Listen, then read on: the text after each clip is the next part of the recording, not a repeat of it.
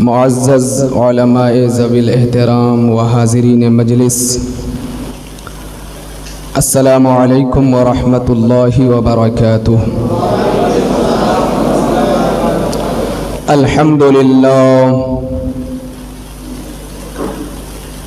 للہ الذی کفى وسلام علی عباده الذین اصطفى، اما بعد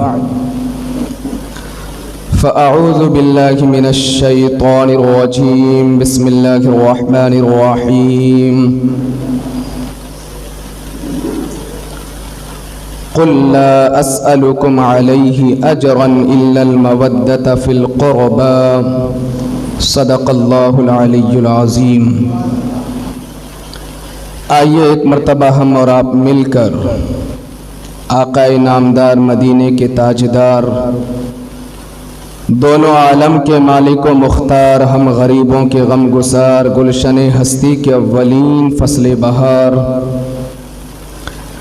یعنی حضور احمد مجتبی محمد مصطفیٰ ارواحنا فدا صلی اللہ تعالی علیہ وسلم کی مقدس بارگاہ میں جھوم جھوم کر درود و سلام کا ہدیہ نچھاور کریں اور پڑھیں اللہم صلی علی سیدنا شفیعنا نبینا و مولانا محمد طب القلوب و دوائها و عافیت الابدان و شفائها و نور الابصار و ضیائها و علی آلہ و صحبہ دائما ابدا ابدا سرمدن سرمدا صلی اللہ تعالی علیہ وسلم۔ محترم حضرات، اللہ عز و جل کا بے پناہ کرم اور احسان کہ آج ہم 9ویں محفل میں بیٹھ کر کے ذکر حسین کو تازہ کر رہے ہیں۔ کل جہاں سے میں نے گفتگو چھوڑا تھا وہیں سے انشاءاللہ پھر سے ابتدا کروں گا کہ سیدنا امام حسین رضی اللہ تعالی عنہ اور دیگر صحابہ کرام رضوان اللہ تعالی علیہم اجمعین نے مشورے کے بعد، خطوط آنے کے بعد کوفہ کی سرزمین پر حضرت امام مسلم ابن عقیل رضی اللہ تعالی عنہ ان کو بھیجا، اور ان کے ساتھ ان کے دونوں صاحبزادے محمد اور ابراہیم رضی اللہ تعالی عنہما، یہ دونوں صاحبزادے بھی چلے گئے، کیونکہ باپ سے بڑی محبت تھی اور باپ کے بغیر یہ دونوں رہتے نہیں تھے۔ ہمیشہ کھانا پینا، سونا جاگنا، چلنا پھرنا، یہ سب کچھ باپ کے ساتھ تھا، ایک لگاؤ، ایک محبت تھی۔ تو حضرت مسلم ابن عقیل رضی اللہ تعالی عنہ اپنے دونوں صاحبزادے کو لے کر کے کوفہ کی سرزمین پر تشریف لے کر کے جاتے ہیں، اور جیسے ہی آپ کوفہ کی سرزمین پر پہنچتے ہیں تو اہل کوفہ آگے بڑھ کر کے آپ کا پرزور استقبال کرتے ہیں، اور والہانہ محبت، عقیدت، یہاں تک کہ روایتوں میں آتا ہے کہ ہر کوفی یہی چاہتا تھا کہ مسلم ابن عقیل ہمارے گھر میں قیام کرے، ان کا قدم ہمارے گھر میں پڑے، وہ اپنے لیے اس کو بڑی سعادت سمجھتے تھے۔ حضرت امام مسلم ابن عقیل رضی اللہ تعالی عنہ نے دیکھا کہ ایک ہی دن میں 12,000 لوگ بیعت کر چکے حضرت امام حسین رضی اللہ تعالی عنہ کے نام پر۔ آپ نے حالات کو ملاحظہ کیا، دیکھا، تو آپ کو بڑی خوشی ہوئی کہ اہل کوفہ یہ سب کے سب مداح ہے حضرت امام حسین رضی اللہ تعالی عنہ کے، عاشقان اہل بیت ہے، اہل بیت سے محبت کرنے والے، عقیدت رکھنے والے، اور اہل کوفہ کی محبت اس قدر تھی کہ مسلم ابن عقیل رضی اللہ تعالی عنہ کہتے ہیں کہ میں نے یہاں تک سوچ لیا تھا کہ وقت آنے پر یہ اپنی جان کی قربانی بھی کر دیں گے۔ یہ کیفیت تھی کوفہ کی، یہ سچویشن تھی، اور اس وقت یزید کی جانب سے کوفہ کا جو گورنر تھا وہ نعمان بن بشیر، یہ صحابی رسول تھے رضی اللہ تعالی عنہ، اور بڑے نرم مزاج کے تھے، اور آپ نے حضرت مسلم ابن عقیل رضی اللہ تعالیٰ عنہ کو بلایا اور بلا کر کے سمجھایا بھی کہ یزید اور یزید کے جو رفقا ہیں یہ صحیح لوگ نہیں ہیں، یہ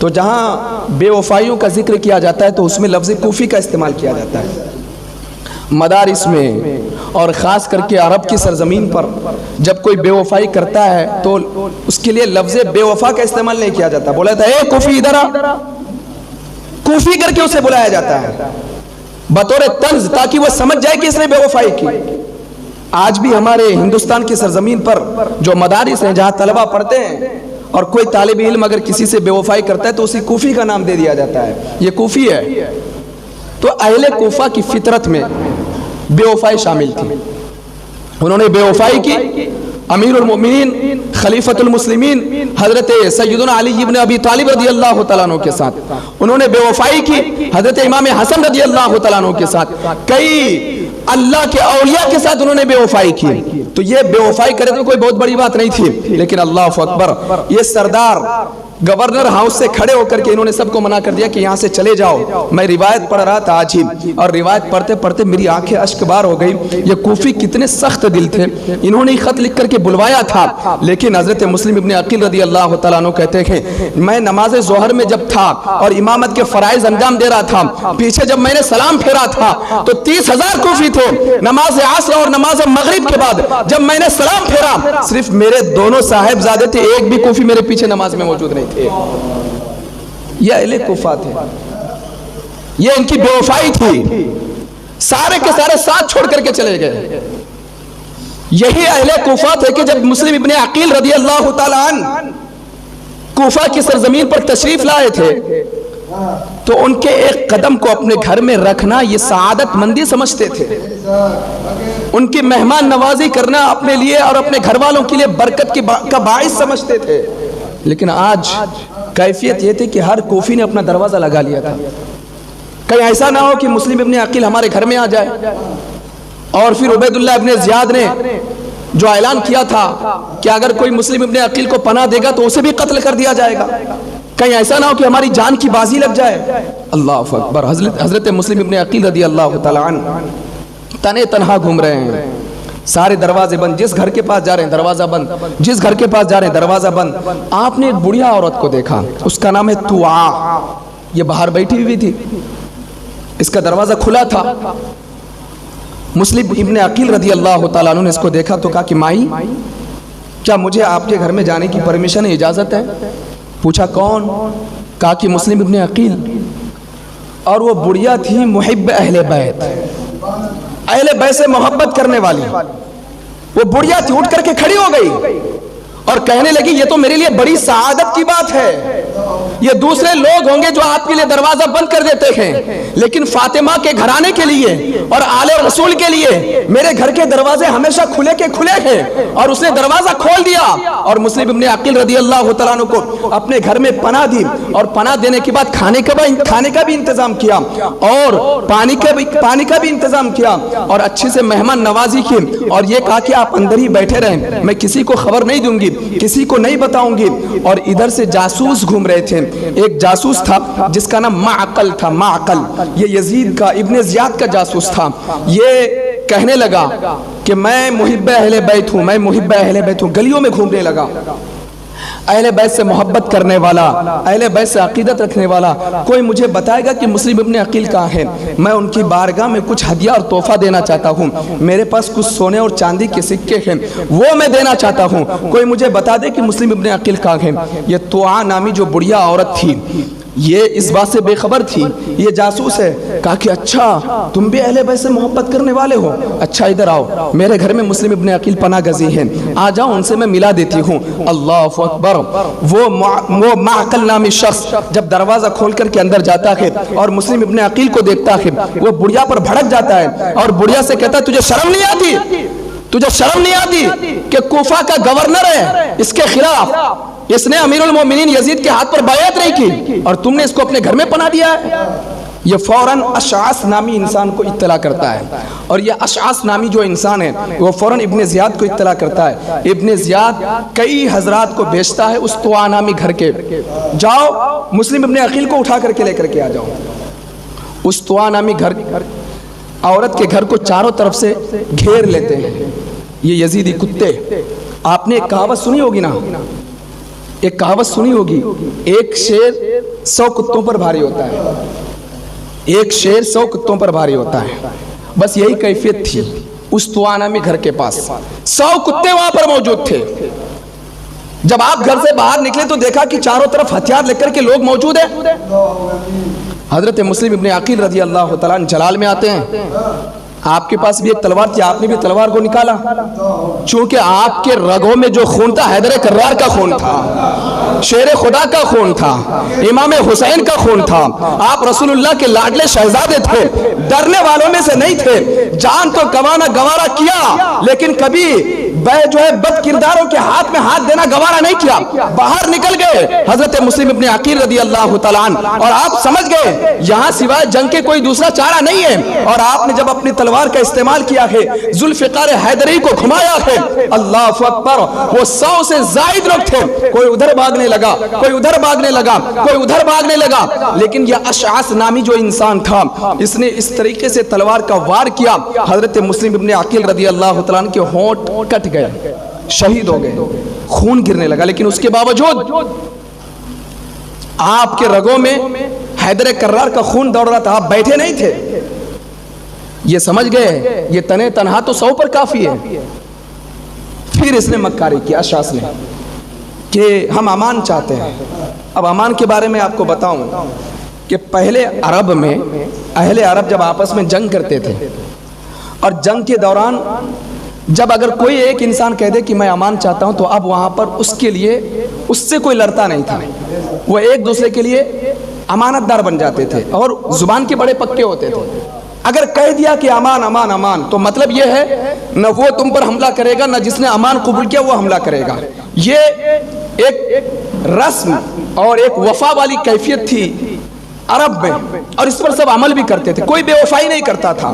تو جب اشعث نے کہا کہ میں امان چاہتا ہوں، یہ لڑائی نہیں کریں گے ہم، تو حضرت مسلم ابن عقیل رضی اللہ تعالیٰ عنہ نے بھروسہ کر لیا، اور بھروسہ کرنے کے بعد کہا کہ ٹھیک ہے، آپ نے تلوار کو نیام میں رکھ لیا، ان لوگوں نے بھی تلوار کو اپنی اپنی جگہ پہ رکھ لیا، اور اس وقت جو وہ بیل گاڑی یا گھوڑا گاڑی جو بھی لے کر کے آیا تھا، اس میں اس نے مسلم ابن عقیل رضی اللہ عنہ کو سوار کیا کہ چلو چلتے ہیں۔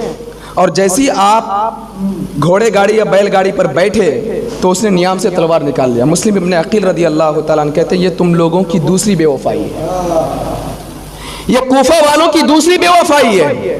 پہلی بے وفائی وہ جو تم نے محبت رسول کے نام پر ہمیں بلایا، محبت حسین کے نام پر بلایا اور بے وفائی کی، اور دوسری بے وفائی یہ کہ تم نے امان طلب کر کے تلوار کو نیام سے نکال لیا۔ تو اشعث نے کہا کہ نہیں، ایسی کوئی بات نہیں ہے، ہم لڑائی جھگڑے نہیں کریں گے، بس یوں ہی تلوار کو نکالے ہیں، اور کہا دوسری جگہ، اور لے گیا سیدھا گورنر ہاؤس جہاں پر ابن زیاد موجود تھا۔ گورنر ہاؤس لے کر کے گیا، اور جب گورنر ہاؤس لے کر کے گیا اور ابن زیاد سے جب ملاقات ہوئی تو حضرت مسلم ابن عقیل رضی اللہ تعالیٰ عنہ نے ابن زیاد کو سلام نہیں کیا۔ وہ دیکھ کر کے غصے میں آ گیا، کہا کہ مجھے تم نے سلام نہیں کیا؟ کہا کہ ہاں، جو میرے نانا کا دشمن، میرے نانا کے گھرانوں کا دشمن ہوتا ہے، مجھ سے سلام نہیں کرتے۔ پتہ یہ چلا کہ کربلا کے واقعے سے یہ بھی پتہ چلتا ہے کہ جو رسول اللہ کے گھرانے سے دشمنی رکھے ان سے قطع تعلق کر لو، انہیں سلام بھی نہ کرنا۔ آل رسول سے بغض رکھنے والا وہ جب رسول اللہ کا نہیں ہو سکتا ہے تو پھر ہم سنیوں کا کیسے ہو سکتا ہے؟ مسلم ابن عقیل رضی اللہ تعالیٰ عنہ نے سلام نہیں کیا اس سے، کہا کہ تمہارے دل میں بغض اہل بیت ہے، امام حسین کا بغض ہے، تم یزید پلید مردود لعین کو اپنا مومن امیر المومنین تصور کرتے ہو، ہم تمہیں کیسے سلام کریں گے؟ سلام نہیں کیا۔ مکالمہ ہوئی، تھوڑی دیر گفتگو ہوئی، اور گفت و شنید میں یہ بات ہوئی کہ تم ہو کون جو میری بات نہیں مانتے؟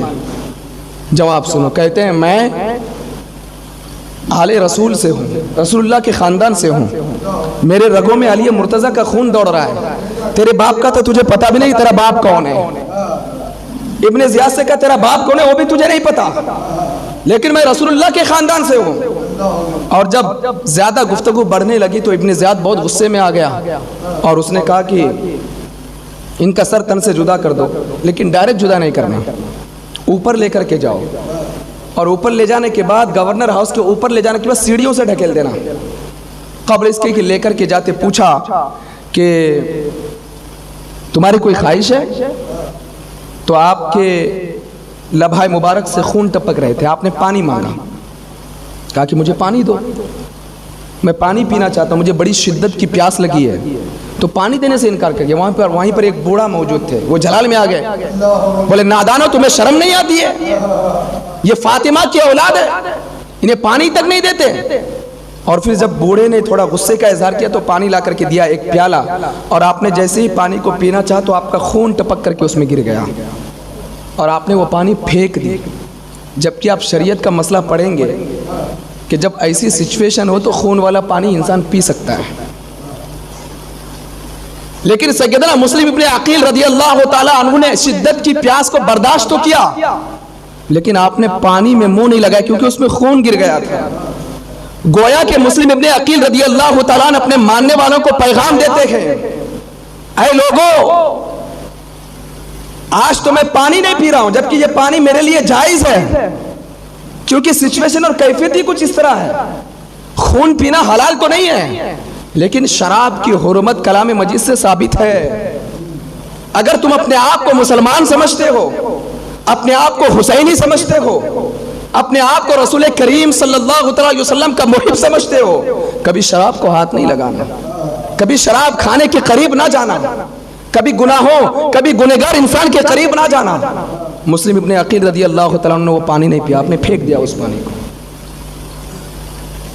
اور پھینکنے کے بعد کہا کہ بس میری 3 خواہش ہیں, وہ 3 خواہش پوری کر دو, مجھے اور کچھ بھی نہیں چاہیے. سب سے پہلی خواہش یہ ہے کہ میں نے ایک خط لکھ دیا ہے,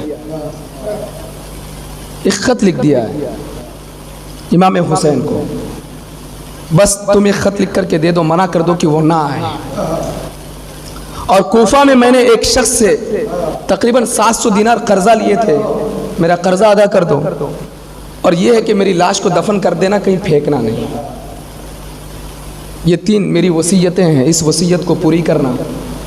اس وصیت کو سننے کے بعد اللہ اکبر, کوفہ کی سرزمین پر گویا کہ سمجھ لو زلزلہ آ گیا.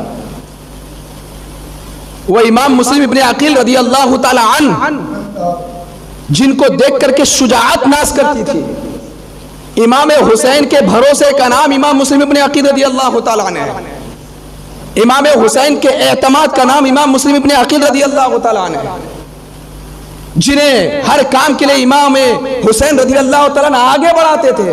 ایسی شخصیت کا نام امام مسلم ابن عقیل رضی اللہ تعالی عنہ. لیکن یہ کوفی کتنے سخت دل تھے, ان کے دل کتنے سخت ہو گئے تھے. کیا مسلم ابن عقیل رضی اللہ تعالی عنہ کوفہ کی سرزمین پر جنگ کرنے کے لیے آئے تھے, یا کسی کا حق چھیننے کے لیے آئے تھے, یا کسی سے لڑائی کرنے کے لیے آئے تھے, یا ظلم و زیادتی کرنے کے لیے آئے تھے؟ کچھ بھی نہیں. یا صدارت کے لیے آئے تھے؟ کچھ بھی نہیں. لیکن چونکہ کچھ لوگوں کے اندر غرور اور تکبر کا نشہ چڑھا رہتا ہے کہ کوئی مجھ سے آگے نہ بڑھے, وہ مجھے ہی تسلیم کرے. آج بھی ہمارے معاشرے میں کچھ لوگ ہیں کہ جو یہ کہتے ہیں کہ میرے آگے کوئی نہیں, سب میرے آگے پانی کم چائے. میں ایک پیغام آپ کو دینا چاہوں گا, بڑے بڑے وقت کے طاقتور آئے, لیکن اللہ تبارک و تعالیٰ نے انہیں ایسی موت دی کہ جو آج اپنے آپ کو وقت کا طاقتور سمجھتے ہیں, انہیں سبق لینا چاہیے. وقت کے طاقتور فرعون کو اللہ تبارک و تعالیٰ نے پانی میں ڈوبو کر کے مار دیا.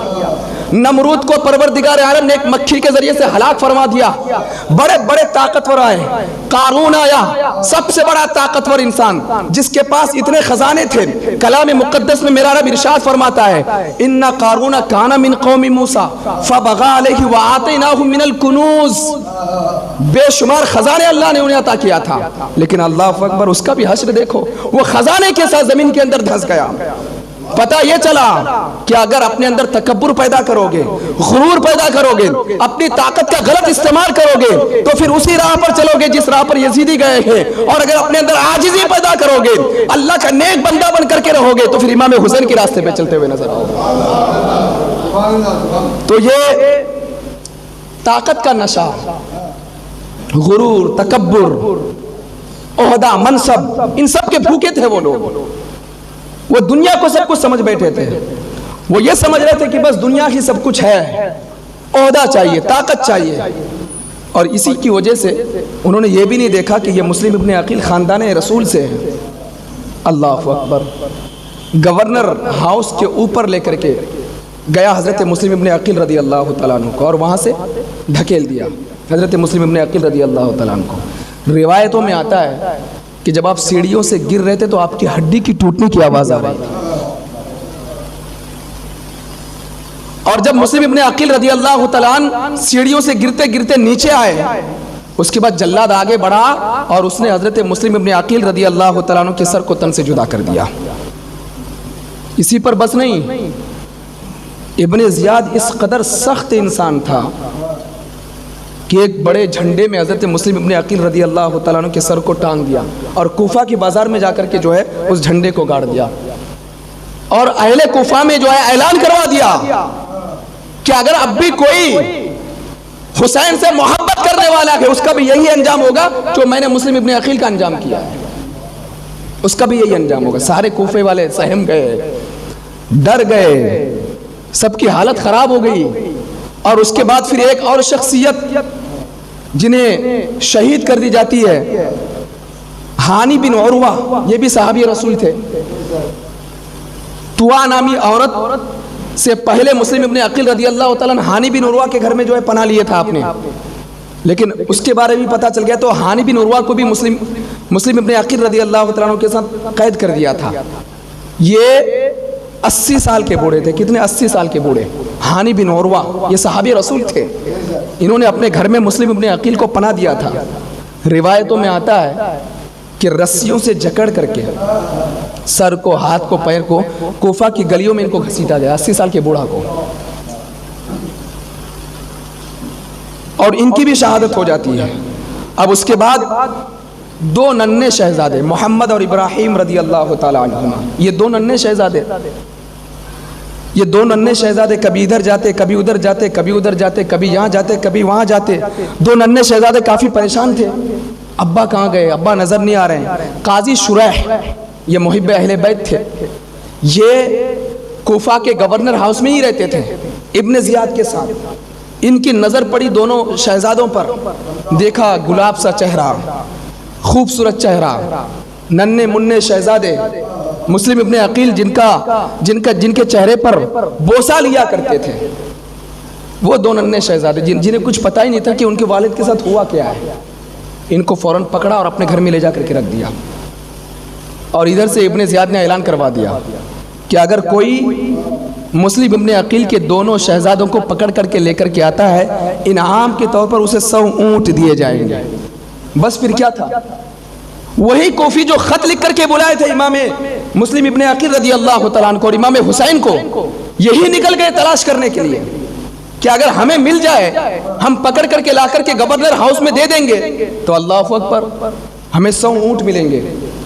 اور 100 اونٹ کی قیمت، اور جس کے پاس 100 اونٹ ہو اس وقت کا وہ سب سے کروڑ پتی انسان، وہ سب سے بڑا امیر انسان. ہر کوئی دولت کے نشے میں چور تھا، ہر کسی کو دولت چاہیے تھی. یہ قاضی شریح، یہ محب اہل بیت تھے. انہوں نے جب دیکھا کہ ماحول کافی گرم ہے اور ابن زیاد کے رویے سے ان کو ایسا لگا کہ کہیں ایسا نہ ہو کہ یہ ظالم، یہ جابر ان دونوں ننھے شہزادوں کو بھی شہید کر دے، اپنے گھر میں چھپا کر کے رکھا اور اپنے بیٹے اسد سے فرمایا ایک کام کرو، شام کے ٹائم پر ایک قافلہ یہاں سے جائے گا کوفہ سے مدینے کی جانب، ان دونوں بچوں کو اس قافلے میں شامل کر دینا. اور یہ قافلے میں چلتے رہیں گے اور کسی نہ کسی طرح یہ مدینہ پہنچ گئے تو بس ہو گیا، کام بن جائے گا. تو جیسے ہی سورج غروب ہونے لگا، یہ اسد ان دونوں بچوں کا ہاتھ پکڑ کر کے لے کر کے نکلا باہر. تو کیا دیکھا کہ قافلہ کافی دور ہو چکا ہے، گرد و غبار اڑ رہے ہیں. تو یہ خود پکڑ کر کے دوڑ کر کے قافلے کے پاس لے کر کے نہیں گیا، بلکہ اس نے کہا کہ دیکھو وہ جو قافلہ نظر آ رہا ہے نا، بس دوڑ کر کے جاؤ اس قافلے میں شامل ہو جاؤ، تم اپنے گھر پہنچ جاؤ گے. اللہ اکبر. وہ ننھے منھے بچے، نازک پیر، چھوٹے ہاتھ، جو ہمیشہ ابا کی انگلیاں پکڑ کر کے چلتے تھے، آج کیسی پوزیشن آ گئی تھی ان بچوں کے ساتھ کہ کوئی ساتھ ہی نہیں ہے ان کے. اور یہ ننھے منھے بچے بس نکلے، وہ قافلہ تو ان کی نگاہوں سے گم ہو گیا. یہ رات بھر چلتے رہے یہاں تک کہ ان کے پیروں میں چھالے پڑ گئے. رات بھر چلتے رہے اور جب صبح کی سفیدی نمودار ہوئی تو وہی کوفہ کے محلات اور کوفہ کے گھر ان کی نگاہوں کے سامنے دونوں رونے لگے کہ ہم تو یہیں چل پھر کر کے یہیں پر آ گئے. اور ایک سپاہی کی نظر پڑی تو وہ سپاہی پکڑ کر کے ابن زیاد کے حوالے کر دیا کہ دیکھو یہ دونوں بچے ہیں، میں ان کو پکڑ کر کے لے کر کے آ گئے. تو ابن زیاد نے بچوں کو مارا نہیں، ڈانٹا نہیں، بس نام پوچھا تو کہا کہ میرا نام محمد ہے، میرا نام ابراہیم ہے رضی اللہ تعالی عنہما. ان دونوں بچوں کو جیل میں بند کر دیا. جیل کا جو داروغہ تھا مشکور نامی، یہ بھی محب اہل بیت تھا، اہل بیت سے محبت کرنے والا، عقیدت رکھنے والا اور بہت زیادہ اہل بیت کو چاہنے والا. یہ جو جیل کا داروغہ تھا اس نے کیا کیا کہ اس نے بھی خطرہ محسوس کیا کہ ایسا نہ ہو ابن زیاد ان دونوں بچوں کو شہید کر دے، سر کو تن سے جدا کر دے. اس نے رات میں کیا کیا، اپنی انگوٹھی نکال کر کے دونوں بچوں کے حوالے کر دیا کہ دیکھو یہ میری انگوٹھی ہے، یہ لے کر کے جاؤ، یہ قادسیہ، یہ جو محلہ تم کو دیکھ رہا ہے یہ قادسیہ ہے، وہاں پر جو سب سے بڑا آدمی وہ میرا بھائی ہے، اس کو جا کر کے میری انگوٹھی دے دینا، وہ سمجھ جائے گا کہ میں نے تم کو بھیجا ہے، مشکور نے تم کو بھیجا ہے. اور پھر ان سے کہنا کہ مجھے مدینہ جانا ہے، وہ تم کو کسی نہ کسی طرح مدینہ پہنچا دے گا. اب یہ دونوں بچے نکلے رات میں اور پھر نکلتے یہ پوری رات گھومتے رہے، یہ قادسیہ پہنچے ہی نہیں. ان کو پتہ نہیں قادسیہ کیا ہے، یہاں تک کہ پوری رات گھوم کر کے ان کی طبیعت بھی خراب ہو گئی اور پیٹ میں بھوک کا احساس بھی انہیں ہونے لگا. اور ایک درخت کے نیچے جا کر کے بیٹھ گئے تالاب کے قریب اور وہیں بیٹھ کر کے تالاب سے تھوڑا سا پانی پیا. اللہ اکبر، کیسا مشکل مرحلہ آیا تھا. وہ بچے جن کو کبھی بھوکا نہیں رہنے دیا جاتا، وہ بچے مسلم ابن عقیل جنہیں اپنے کندھوں پر بٹھا کر کے گھمایا کرتے تھے، یہ وہ بچے تھے. مسلم ابن عقیل اپنے ہاتھ کو سرہانہ بنایا کرتے تھے ان بچوں کے لیے. آج ان بچوں کے ساتھ کوئی بھی نہیں ہے. رات بھر بچے گھومتے رہے اور ایک تالاب کے قریب ایک درخت کے نیچے جا کر کے بیٹھ گئے اور وہیں پر وہ بچے بیٹھ کر کے رونے لگے، ایک دوسرے سے گفتگو کرنے لگے. آخر کیا ہوگا، ابا جان کا پتہ نہیں کہاں چلے گئے ہیں. اللہ اکبر. تھوڑی دیر کے بعد ایک کنیز پانی بھرنے کے لیے وہاں پر آئی. کنیز نے تالاب میں دیکھا دو بچوں کی شکل نظر آ رہی ہے، بڑا خوبصورت چہرہ. اس کنیز نے دیکھا تو درخت کے پیچھے آ کر کے دیکھا تو دو ننھے منھے بچے ہیں. پوچھا کون ہو؟ تو دونوں بچوں نے کہا میں محمد ابراہیم مسلم ابن عقیل کا بیٹا. وہ جو کنیز تھی جس گھر میں یہ خدمت کرتی تھی، اس کی جو مالکہ تھی وہ سیدہ فاطمہ زہرا رضی اللہ تعالیٰ عنہ سے بے پناہ محبت کرتی تھی. تو اس نے کہا کہ ایک کام کرو، ڈرنے کی کوئی ضرورت نہیں ہے، میں تم دونوں کو اپنی مالکہ کے پاس لے کر کے چلتی ہوں، وہ تمہاری حفاظت کریں گے، تم کو کھانے کے لیے دیں گے، رہنے کے لیے گھر دیں گے. دونوں ننھے منھے بچے تھے، چلے گئے اور مالکہ نے بڑی حوصلہ افزائی کی، بچوں کو اپنے ہاتھ سے نہلایا، بالوں کو سنوارا، زلفوں کو سنوارا، کھانا دیا، کھلایا. اس کے شوہر کا نام تھا حارث.